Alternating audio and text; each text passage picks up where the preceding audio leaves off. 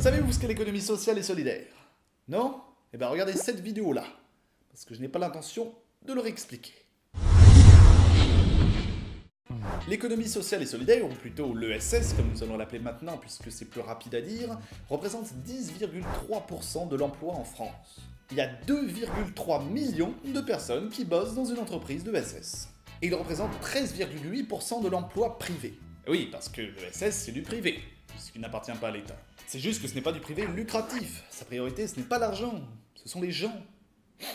Mais du coup, qu'est-ce qu'on fait dans l'ESS? Quel genre de métier et quel genre d'entreprise? Potentiellement, il peut y avoir tout, un cabinet médical, une chaîne de télévision, il n'y a pas d'interdiction.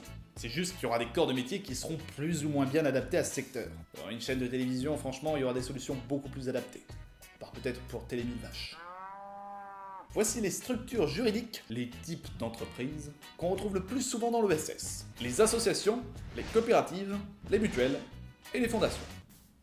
Ouais. Et dans toutes ces structures, l'essentiel de leurs activités, ce sont les services. 95% des employés de l'ESS travaillent dans le secteur des services. Le reste travaille dans l'agriculture, le commerce ou la construction.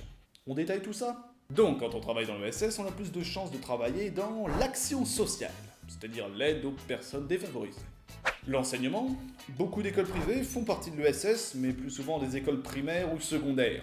Les écoles supérieures sont plus souvent lucratives. Les autres services, ça peut être l'immobilier, la restauration, le transport, les activités financières et d'assurance, la santé, le soutien aux entreprises, les sports et loisirs, le commerce, l'industrie et la construction, les arts et spectacles, et enfin l'agriculture, la pêche et la sylviculture. C'est la gestion des forêts. Voilà donc comment sont réparties les professions au sein de l'ESS. On retrouve à peu près toutes les professions, mais pas en même quantité.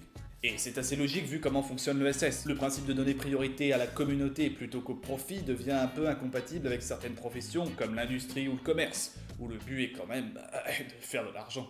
Et les types de structures qu'on rencontre dans l'ESS peuvent jouer aussi. Le statut d'association conviendra parfaitement à l'enseignement ou à l'action sociale, mais ce sera un petit peu moins pratique pour quelqu'un qui voudra fonder une centrale nucléaire par exemple. Encore que, en Allemagne, il existe des coopératives de producteurs d'énergie. Mais ils font ça avec des éoliennes.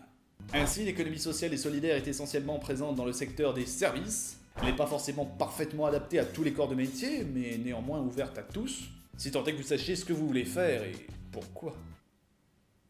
Voilà, ce deuxième épisode consacré à l'économie sociale et solidaire est à présent terminé. Il ne vous reste plus qu'à vous abonner à la chaîne et à regarder toutes les autres vidéos si vous souhaitez en savoir plus. Sur ce, moi je vous laisse.